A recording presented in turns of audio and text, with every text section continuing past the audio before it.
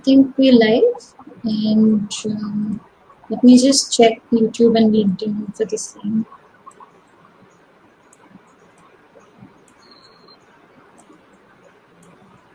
Yes.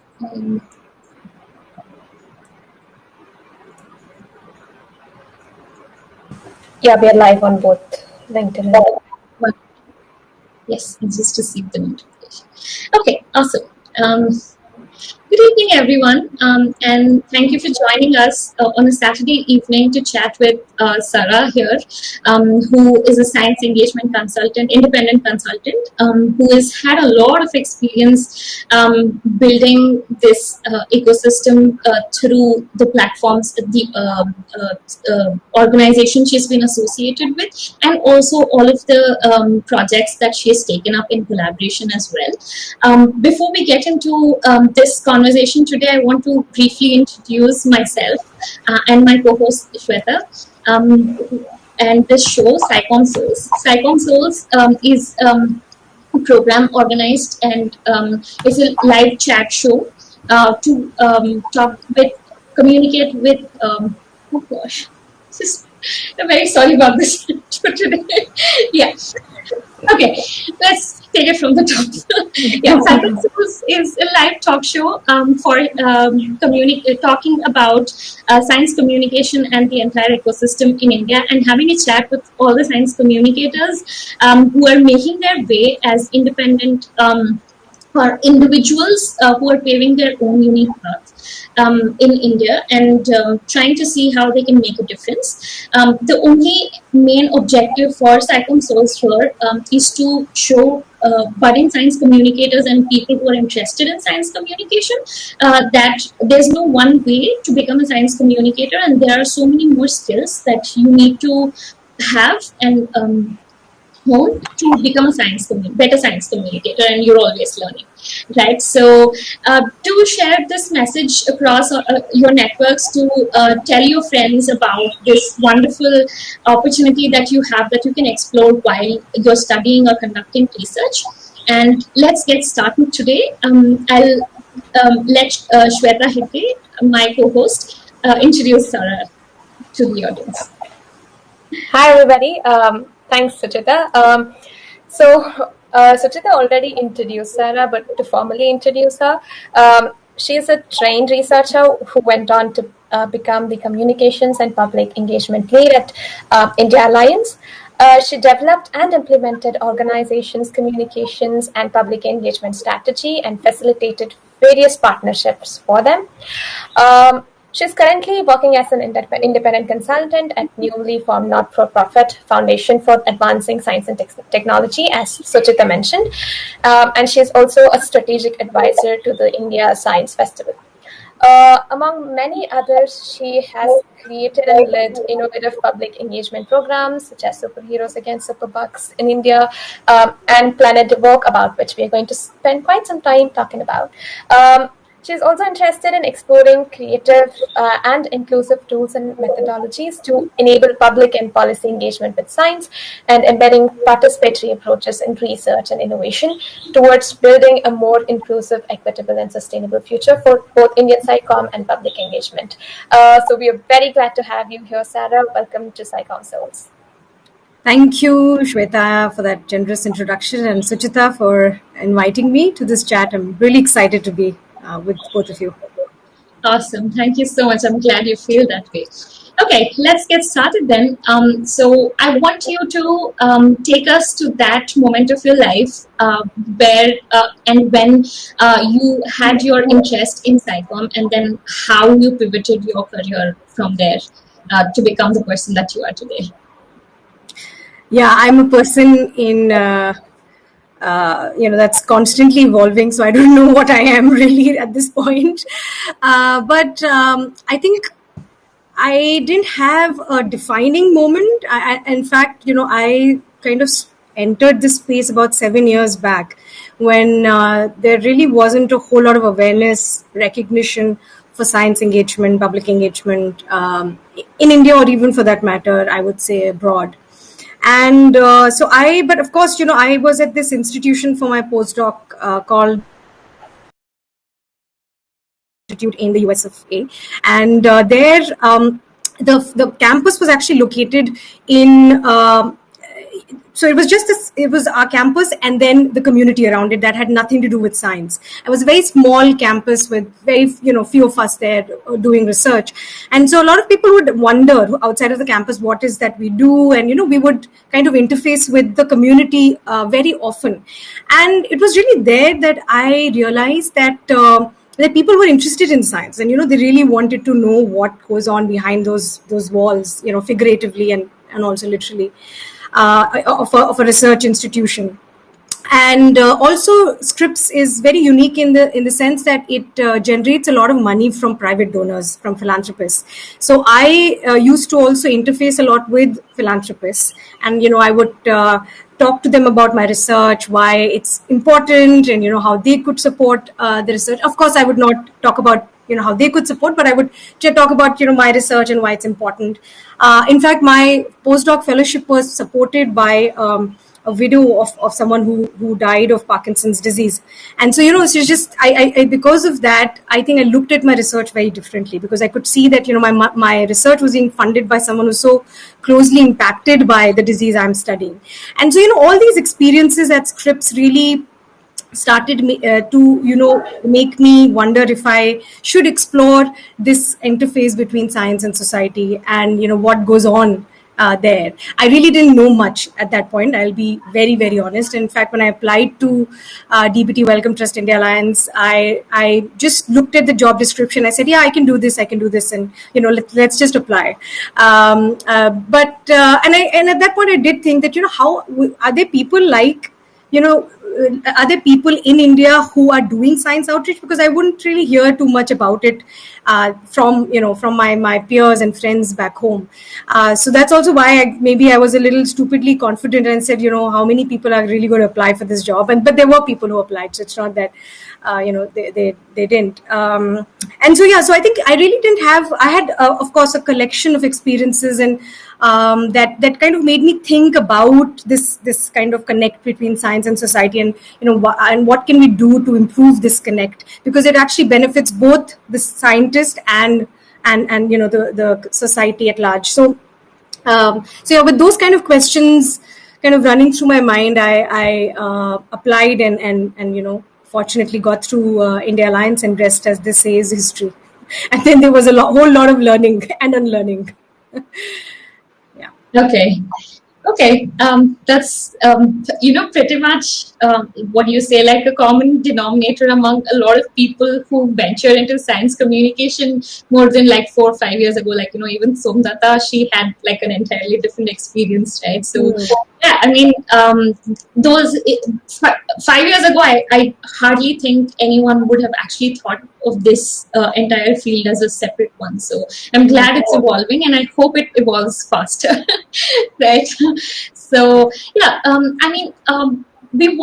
like to ask you to take a moment and give your perspective on the global versus local scenario of SciComm and public engagement, since you were involved in a lot of the outreach during your stint as a postdoc at Scripps and also at India Alliance, right? So you've collaborated with a lot of people. So what do you think is a differentiating factor? Of course, at Scripps, a lot of our outreach revolved around kind of teaching students and teachers, exposing them to cutting edge research, and also kind of going to the community and telling them about what we're doing at the institution.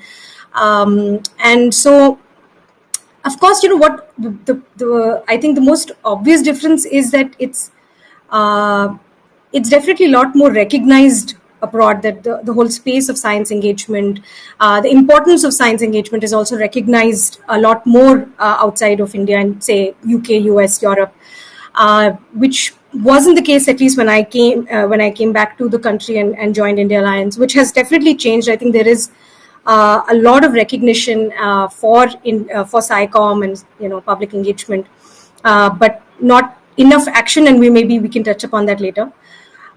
So I think the recognition is one thing, and the other thing would be just the way you would manage projects. I think it's not supposed to be a hobby. It is a project, and it's handled like a project.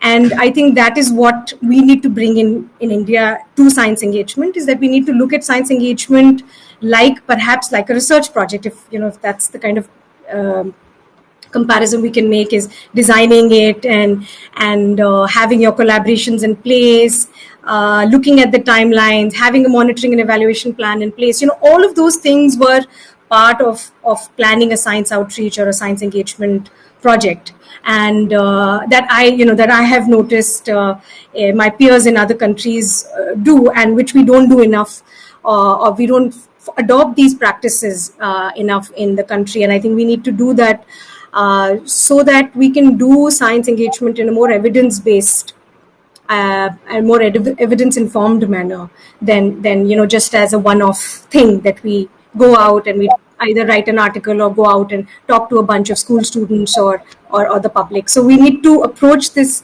more systematically, and I think in a more evidence-based manner, which is what I noticed that I guess my contemporaries in these more mature science communication ecosystems, they seem to be doing that. So yeah. Okay. So whenever you're working on a project, you have any sort of engagement, public engagement happening. So what's one hurdle that you face every time, or what's something that you really wished wasn't there for you when you're handling any of these projects? So when I'm running a public engagement project, what are some of? I think the main problem is I think the dynamics, between people, and also in a lot of projects I've worked with people who come from different fields and different disciplines. So kind of bringing everyone on the same page and speaking in a language that everyone understands. The sensibilities should match. There needs to be a shared vision, and so all of that takes a lot of effort. So it's not so simple as just this is a project, let's do it. I think the people running that project and everyone involved, including your audience, including your stakeholders, the kind of relationship you share with them, the kind of dynamic you have with them in the project can make or break the project. So I think for me, my biggest learning, and I guess perhaps slightly more challenging part of a project, is really not designing it or kind of reaching the end, but it's really that journey where you have to kind of navigate through expectations, personalities, and sensibilities, and whatnot. And I think that's really the biggest challenge in a public engagement project, but also something that adds so much color and soul to the project. It's ironic how internal communications are one of the biggest challenges that we face when communicating. Yeah.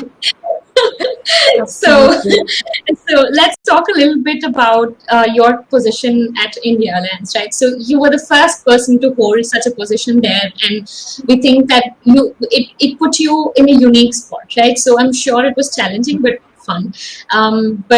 So what were your thought processes, before committing to a project, executing new ideas, and even like while discussing or negotiating with the stakeholders there?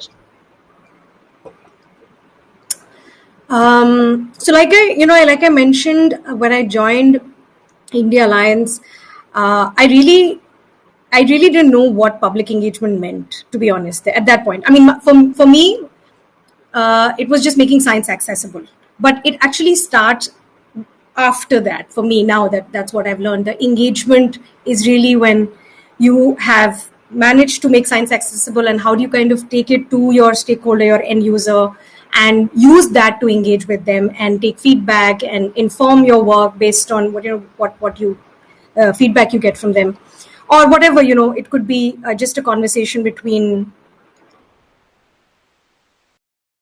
science and someone who's not from science. And so I guess my understanding evolved a lot, and I think I didn't know what public engagement really meant at the start, and I think just navigating that in India, because I think at that point people in my organization also didn't know what I was going to do. Of course, I had to kind of promote the organization, make it more visible, kind of make the fellowships and the grants that we provide more visible to to its stakeholders, and make the work that India Alliance does more visible. So that was my brief. But in addition to that, I also had to kind of look into how can we make science more interesting, more engaging, more accessible. And I think that was obviously an area that I had to experiment a lot with. Whereas, of the other side of making the institution more visible, I think there is good kind of templates out there, and there's PR marketing stuff that you could really dip into. But even there, I felt you have to make the science stand out and the impact of the science you're funding stand out. So, that's really where your science communication or your science brain kind of takes the center stage. And so I guess the real challenge was just kind of wrap my head around what I was supposed to do. And, I had to kind of build my profile from there, because there was my profile when I started 6 years back to when I left India Alliance was very different. And so just that whole evolution of my work, and of me making sense of my work was, like Suchita, you said, was interesting and challenging at the same time. But I guess other than that, the rest of the things, of engaging with stakeholders, all of that, it has, the usual set of challenges, nothing out of the ordinary, really. Okay.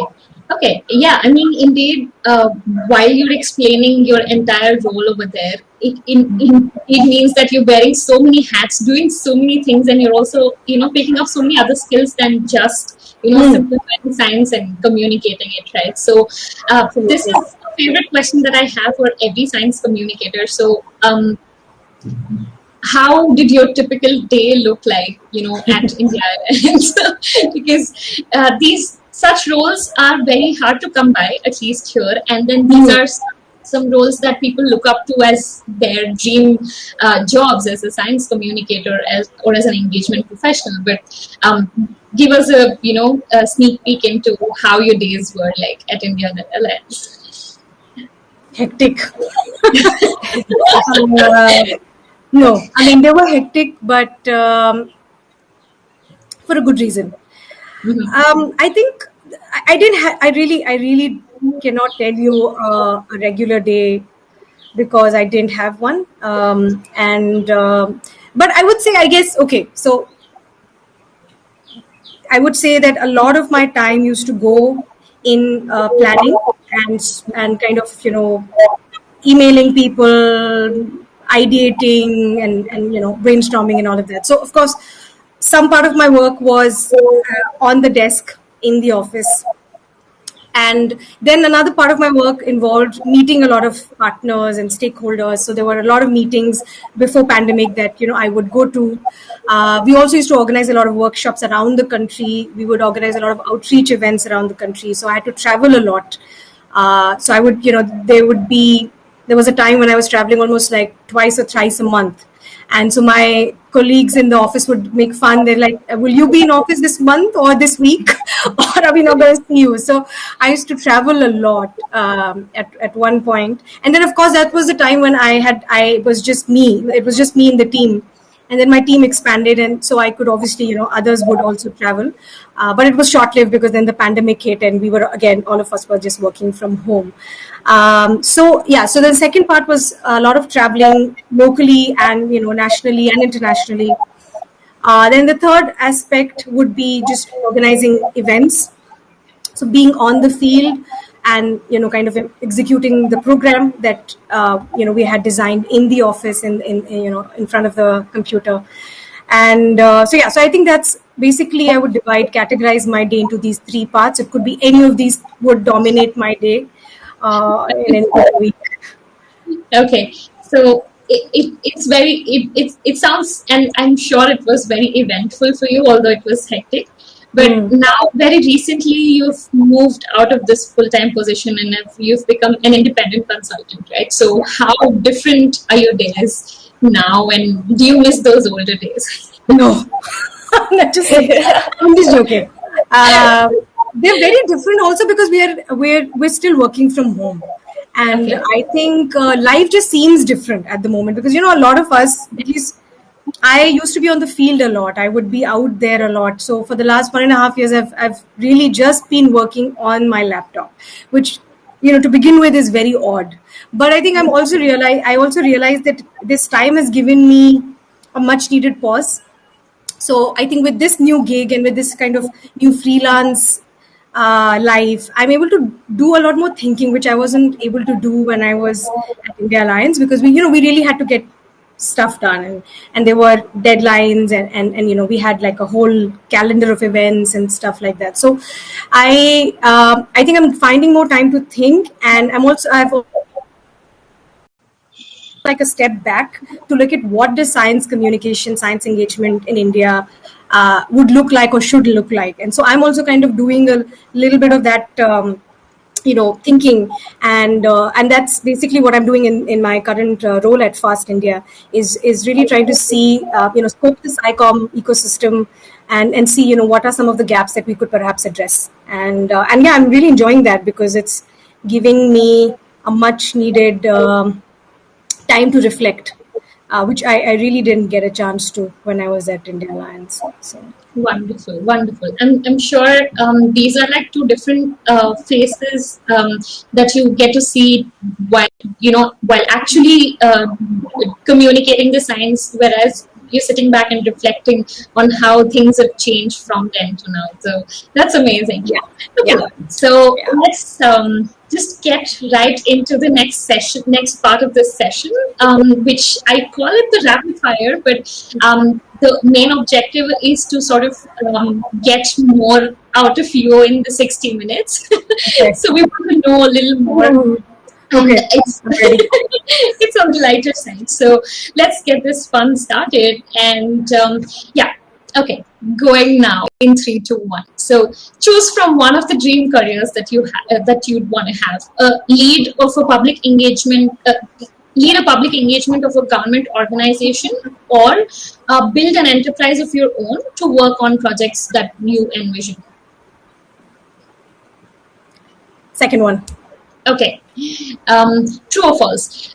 You have to have a PhD to become a science communicator. No, totally false.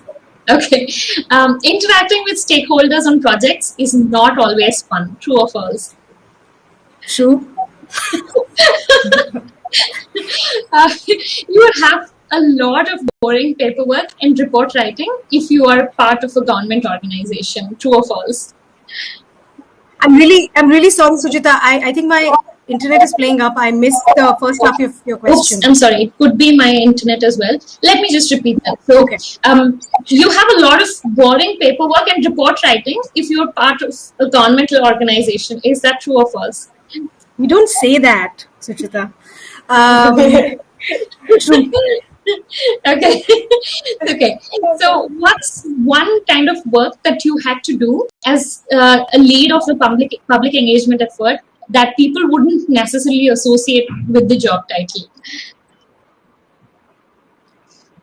Again, I missed the first half, and this is a really nice question. Okay. Can you repeat Yes. it? What's one kind of work that you had to do as a lead of the public engagement part that people wouldn't necessarily associate with the job title? Oh my God, I did so much that had nothing to do with public engagement. I used to work very closely with the grants team at India Alliance, which was a fabulous experience. I have absolutely no complaints about that. But yeah, a lot of what I did with the grants team had nothing to do with public engagement, but maybe perhaps now there may be some connections, but yeah. Okay.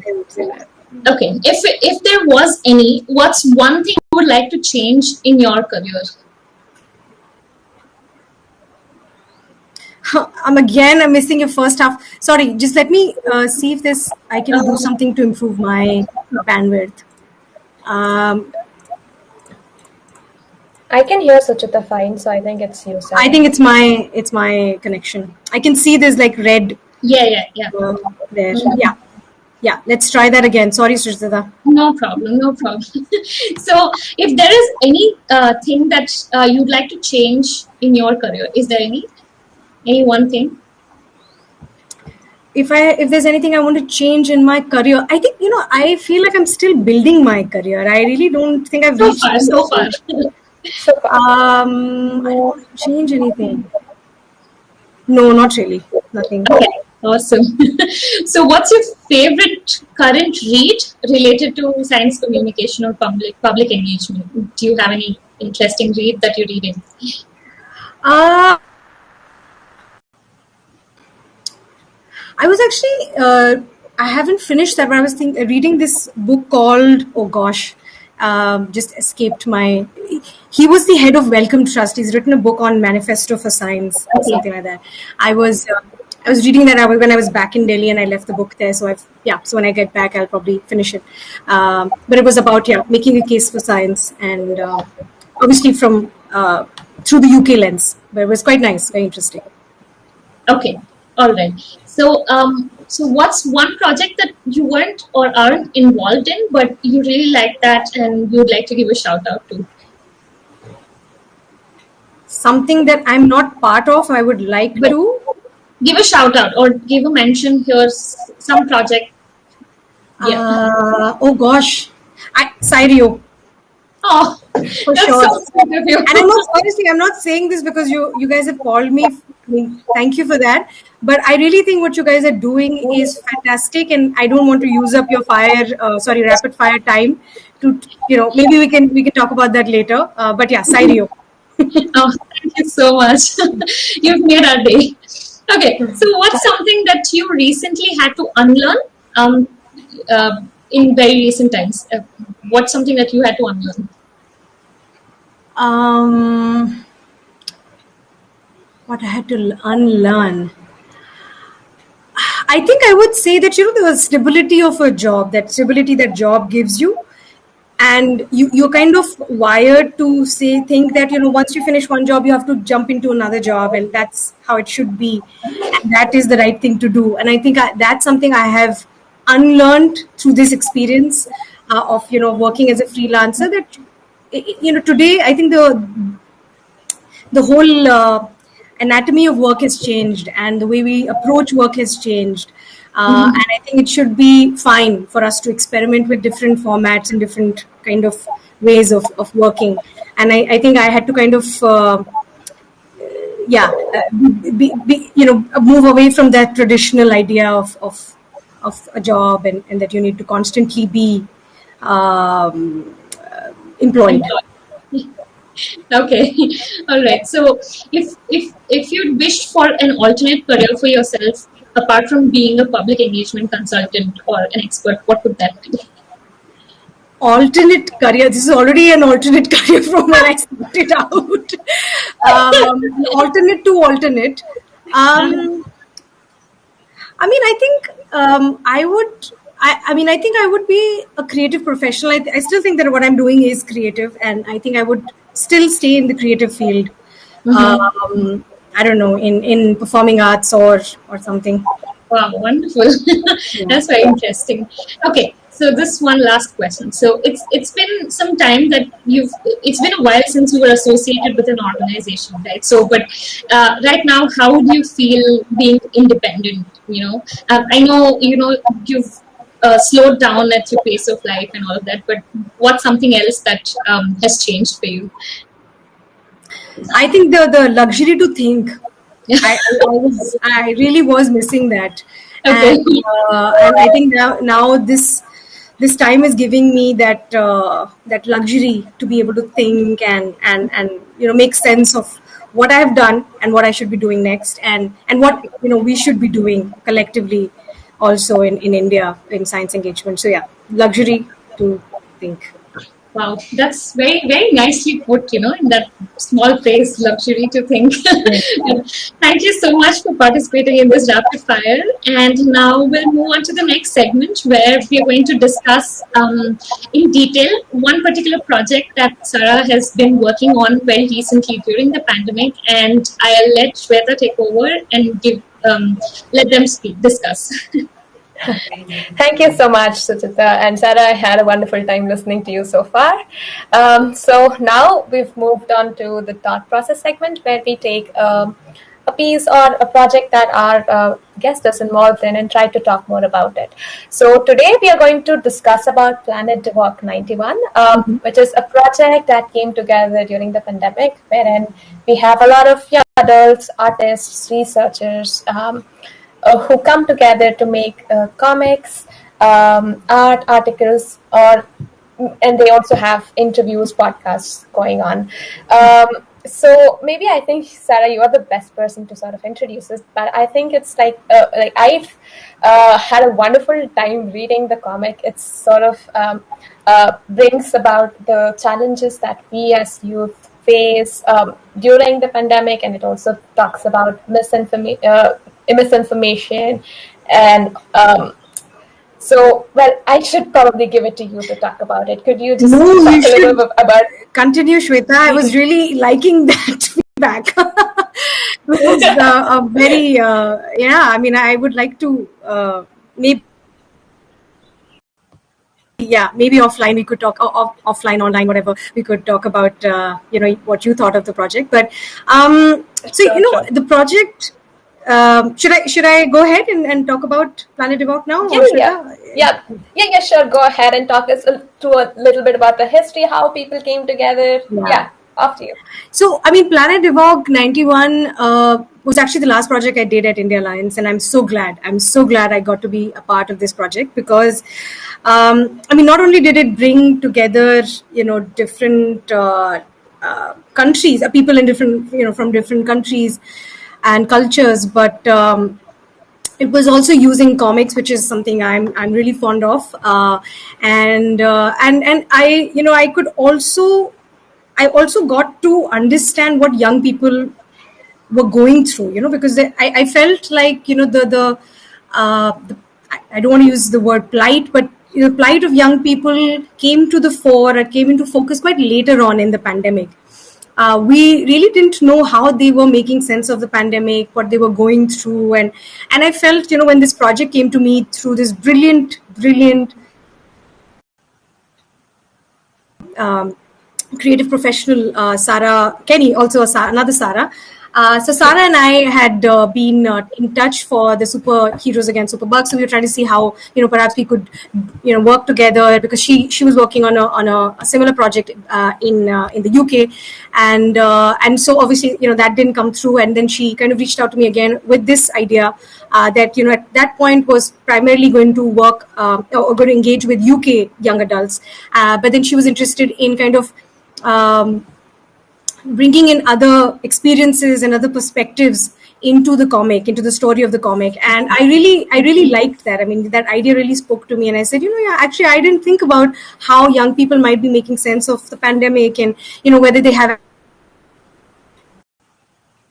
resources or information, and how are they trying to access all of this, and what about their future, how are they feeling, all of those things were really things that I wasn't thinking about, because we were so consumed by our own lives and what was happening to us and our closest in our sphere of in our little small little circle of a community. So with this, I and then of course the idea of making the comics participatory. So you're really kind of bringing in the ideas and perspectives and experiences of young people into the comic and really shaping it with their ideas and experiences was something that really appealed to me.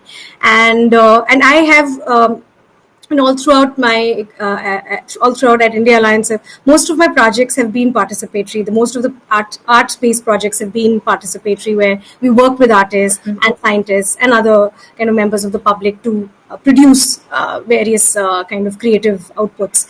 So this was also a very interesting project, and I kind of wanted to see how this will come together, considering we'll have young adults from India, young adults from South Africa and the UK. So how did you sort of bring all these three countries, people from these three countries together in the middle of a pandemic, right? Yes, I know. We didn't really think about it that time, but now when you say when you put it that way, it, also it was quite a it was honestly one of the best projects I've been part of. It went off so smoothly. It was so enriching, and I learned so much. At the point when I reached, I said, I've learned a lot at India Alliance, and here I was with Planet Evoke 91, where I really felt I grew suddenly a lot in just one year with this project. So fortunately, the country lead in South Africa was someone I had worked with for another project, so we kind of knew each other.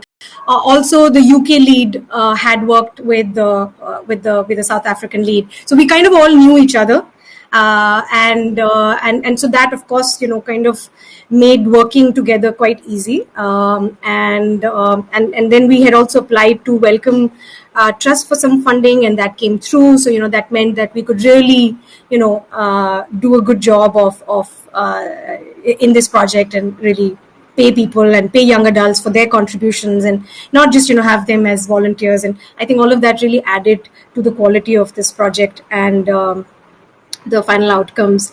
And so I think we all kind of felt we were all working with young people. We've all in South Africa, Nabil Peterson, who was kind of leading that effort, works with young adults. They have a collective called Young and Curious, where they work very closely with this bunch of South African youth who are perhaps from who kind of more vulnerable, marginalized group.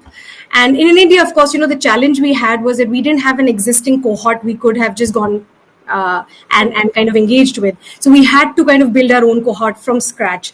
UK, on the other hand, also had an established cohort that they worked with. So in India, we kind of put out a call. We got we got a lot of applications, and then we kind of selected from that application about 15 young adults, and then we kind of worked with them for the next 1 year. And I mean, I have to say that I learned so much from these young people. And we kind of really got together. And I was wondering, how am I going to engage with people I've never met online? Because I had not done any project online. This was my first project where I was engaging with my kind of stakeholders online. And I thought, how will I build that relationship? But I realized that, you kind of use the same sort of the same best practices you would use when you're engaging with people offline, in person. The same kind of principles have to be applied even in an online setting. And so at the end of this project, I think more than the comics, which of course are brilliant, like Shweta, you mentioned, and they're really, really so reflective of the experiences of that, the young people who were part of this project, and also their friends and their peers. But I think the friendships that were forged during the project was lovely, and the kind, the young people actually in India said that they felt that this was like a bright spot, or this was like something that really looked forward to the meetings we would have, the various master classes we organized for them. They also interacted with a lot of experts, from vaccine experts to virologists to public health to social scientists. So they really, really got to meet a lot of people as part of this project, that kind of helped them make sense of the pandemic, and to be able to see the pandemic perhaps through a different lens that they weren't really applying earlier. So, they also felt that not only were they contributing to the comics, but they were also learning a lot on the project. And this whole kind of give and take of experiences, perspectives is really what shaped Planet Evoke 91, where of course the output is what you see on the website, but a lot went on, during that 1 year, and the whole journey was really, really fantastic. Okay, so to take you back a little, and you mentioned, you had master classes, you had meetings. So, like, how was the sort of internal communications? Like, were there like guided sort of meetings, or like more free flowing, where people could just get together, ask their questions, talk to the experts, and so on? So, what was the general environment like? Yeah, so all the three countries kind of organized their own meetings with experts, and then we also had some sessions together. So in the country specific sessions, I think we all followed our own norms and things that worked for us. So in India, we kind of had right at the start, we had these ground rules for any meetup, any kind of meeting session. These are our ground rules. Anyone wanted to add anything or take anything out, they could do that, right at the start of, and we would do that. We would kind of run over those ground rules at every meeting, so that we all knew what is appropriate, what isn't, and so yeah, so in India, for most of the expert sessions, they were led by the young people. So if they were interviewing experts, so they would put together the interview questions, they would do the research and all of that, and we would just kind of mentor them. We would just kind of handhold them a little bit. They were all so brilliant that we didn't really have to do a lot of that. Whereas for the joint sessions we had with all the three countries, we would ask the young people to share the questions in advance, and we would share them with the experts. And then they could also ask live questions, because a lot of times people don't feel comfortable speaking up during a meeting. So to kind of, and then all three were coming. These are young people coming from very different cultures. So of course, they might not feel very comfortable speaking in English, or might not feel very comfortable even expressing their views, because they might think that since other people in the group are from a different culture, they might not be able to understand where they're coming from. So, so how did you make sure that they sort of put their feelings out, put their thoughts out? Like, how did you make sure that it was inclusive and, they had this, sort of, they were empowered to sort of give their perspectives? Like, what were your sort of structure that you had put in place? Yeah. So again, all the three countries did it slightly differently, because we're culturally quite different. But when we used to come together, we would really kind of give the floor to young people, and we would let them say whatever they had to say, share whatever they had to say, and there would always be one person who would be facilitating and moderating. We also did a lot of we also had a lot of meetings where the young people were steering those meetings, so that also kind of gave them confidence, and they also took, they also felt like they had ownership. They owned the space. So we kind of tried to remove the hierarchies as much as we could, to make them feel more comfortable. We also kind of left them in these small breakout rooms. We had a lot of other sessions where they could just drop their ideas on a Padlet, and then we kind of came back and people spoke up. So we used a lot of different techniques, a lot of different formats to kind of get them comfortable. But I guess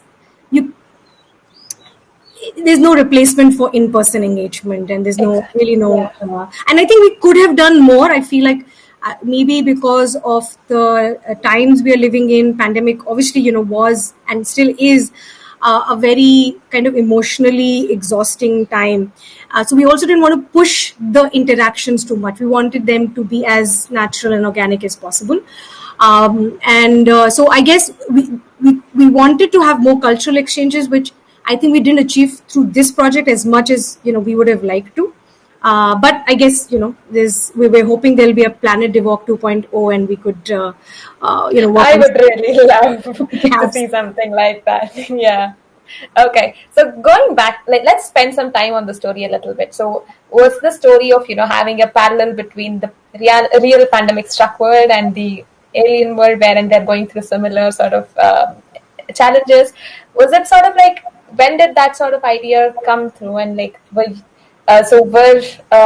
how would I put this? Were the young people who were involved in the team also have a say in the storyline per se, or was it all predetermined and you were only filling in the sort of details, or how was the process of getting from just the bare plot to the full series? So the young people actually had a lot of meetings with the writers and the comic artists, where and the comic artists also had and the writers also had access to the discussions we were having in together in either in country groups or jointly.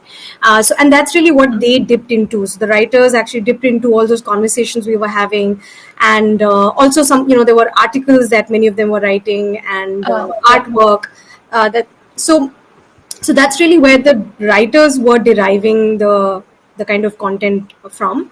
And I don't know if you noticed, Shweta, there was a different artist and a different writer for each of the comic. So it was a very, again, this is something that I had honestly had had never seen or heard before.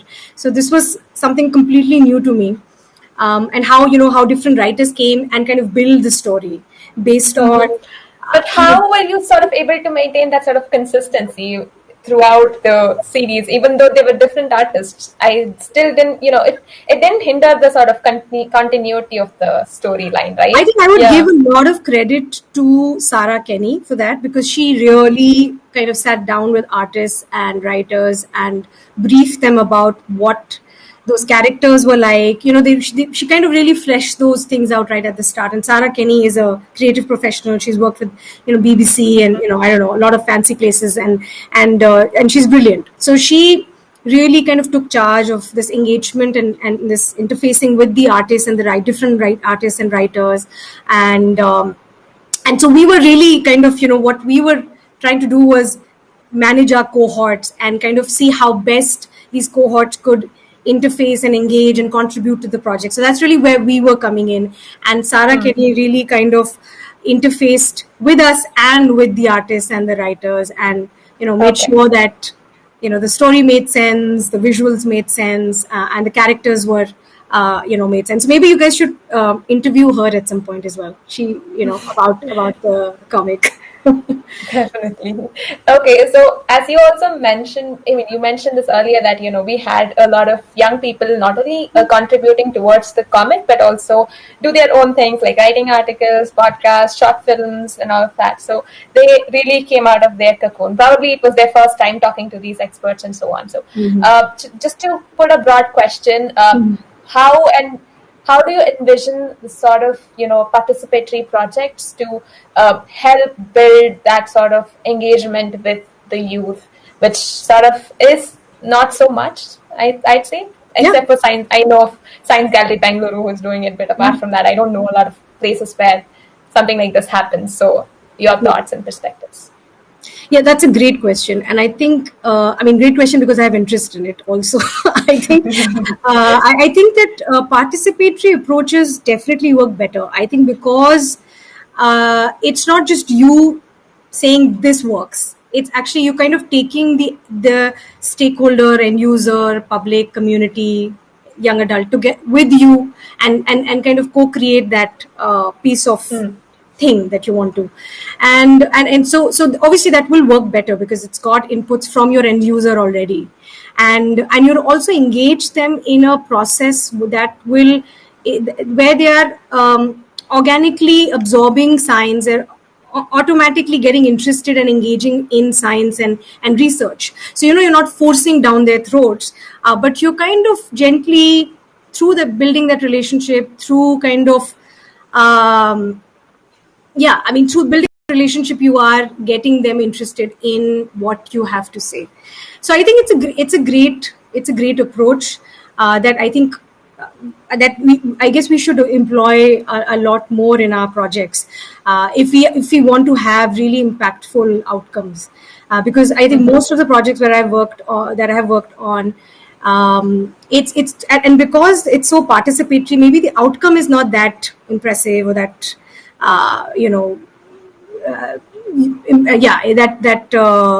impactful in the traditional sense.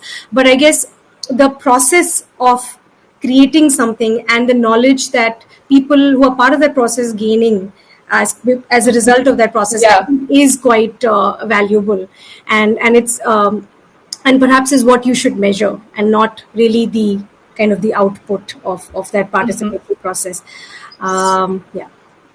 Yeah, so talking of measurement, so how do you sort of evaluate the impact of such participatory projects, right? So you mentioned a little bit, So we had looked at we had a very clear evaluation framework at the start that we are going to look at these parameters. And I think the evaluation framework also evolves as the project evolves, especially a participatory project, because you could new heads can come up and new kind of directions can come up, and there could be interesting fallouts.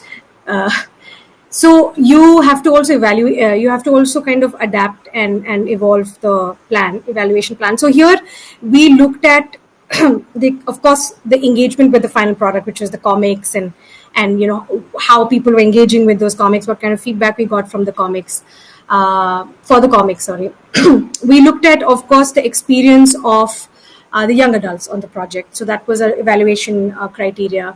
We looked at the experience and of people like us, the engagement professionals on the project. What did we gain, and what kind of growth did we see as part of this project?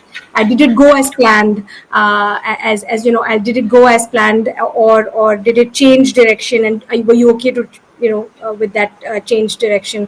How did the teams work together? How did the partnerships work? So there are a lot of different kind of areas that you have to evaluate in a project, and not just the kind of final outcome of the or the output, sorry, of the project. So so we had quite a few different categories of evaluation. Okay. This just sounds so complex, and I think you had like a separate unit of research or something like that. We did. Okay. Yeah. We had an evaluation expert who we brought on to the team, but she was independent, so she was not part of the planning or any of the events. She was just observing the program, and she would talk to, obviously, the people involved in the program. She also organized focus group discussions with young adults who had nothing to do with the program, to also get their feedback on the comic. So she did a lot of very important work for us, so that we could evaluate ourselves more objectively, and the impact the project may have had in a more kind of evidence-based, objective manner. So I think having an independent evaluation is another very important aspect of a project, because a lot of times our ideas or our biases could color the evaluation, or we think that the project should be evaluated like this, but when a third person comes having in, a third person, exactly, they might look at the project and its impact and its outcomes very differently. So I think having an independent evaluator was a great idea. It was really good to have her. Okay, got it. Awesome. I have so many questions, but I know we're running out of time, so we'll move on to the next segment. Thank you so much, Sarah, for spending time with us and talking about Planet DevOps 91. No, thank you so much. For your interest in this project, because it's a great project. It really is. So please do check it out, people, if you haven't. Okay, so let's move on to the question and answer session. So we have some set of questions which we've polled. So the first question that we usually ask our speakers is to give our aspiring science communicators some sort of resource recommendations to get started. Yes, and I remember you had asked me to also think of some. I think the most useful resource, I would say, is actually social media. So even if people are not on social media for whatever reason, which is fine. I mean, I think we all respect that. But I think just come on social media to scope the ecosystem, to look for opportunities, because I think almost everything is available on social media in terms of 100% resources that you could. I mean, I actually use Twitter to just follow what's going on in the SciComm space, in the science engagement space, in SNT space in India. So I think it's a huge resource that one should tap into, and I think you should not feel like you have to engage if you're on social media. You could just be there and look up resources and then just leave. You don't have to really. Other than that, I think I have recently discovered SciCommer, the SciCommer on newsletter. Yeah, the newsletter that I find extremely useful.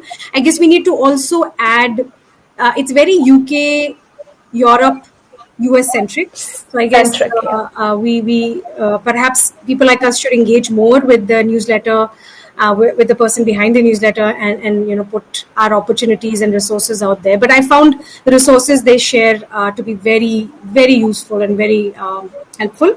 Also, I mean, for anyone who's interested in getting into science communication, I would suggest that you really read up about the space. What does science communication mean? What is the scope of science communication? And for that, really read up the literature and get your foundation right. So I guess, one of the questions you had asked me earlier about, what have you done in your career or something, I don't know. I think I would say that I wish I had done more literature research, and I really kind of read up on about SciComm and the fundamentals, the theory, because we've all learned on the job. So I'm more of a practitioner, and I'm of course not a researcher. But I guess having that kind of foundation, that theoretical kind of foundation, just so that you know what you're talking about, I think is really helpful. So I would suggest really looking up to journals like Journal of Science Communication, and there are other there's the Frontiers journal also on science communication. Various journals out there that you could look into, and yeah, I think a lot of I would say social media really. I think you can find anything there. Just follow all the SciComm handles. And people who are doing SciComm, who are active SciComm practitioners or researchers, and yeah, and that's a lot of resources right there. Absolutely. Yep. Yeah. Thank you so much. That was an awesome set of recommendations and advice as well to look up the literature first. Yeah. Okay. So we get this question a lot. Like, so how has your PhD sort of helped you in having a career in science communication? Like, what are some of the skills that you sort of picked up during your time there help you in science communication? I think almost everything. I feel that apart from the technical know-how of of running experiments and all, which obviously you don't do that in SciComm, but I think everything else, like from research skills to project management skills, time management, I think all communication, of course, and all of these skills are there. In fact, I was speaking at an event a few days back where I kind of started listing down all these skills, and I said, "Wow! I mean, that's a lot we learn during our PhD, but we don't really recognize them, and we don't say that in addition to obviously." Understanding science and that area of science, we're also gaining so many transferable skills, and I don't think we appreciate that when we are when we are in our PhDs and postdoc. And I think I would suggest that people, if you're in your PhD and you're thinking of moving out, I think start looking at your skills, like kind of assess, where do you stand on these things, because they will come in handy in any sector you choose to go into after your PhD, not just SciComm. I think SciComm, again, I think we need to really define what SciComm is, and, who is a SciCommer. I think this is an area I'm trying to explore right now, that, how do you, what are the different roles of a SciCommer? What is the whole repertoire of a SciCommer? It can't just be writing a science article, right? It can't be that. But that's what we are in India right now. That's SciComm is equal to writing about science, and I think we have to kind of extend our understanding of SciComm beyond that. I mean, it is very much that too. I'm not saying it isn't. It is very much that, and that's where we all started, right? I mean, that's the starting point. Yeah. That's the starting point. Sorry, there are 2 minutes left, and I shall shut up. No problem. I think we can ask one last question. So this is the question that I try to ask all of our guests. Like, so what are the sort of memorable encounters with maybe people that you've had so far in your journey as a science communicator that you cherish? Yeah. Oh gosh.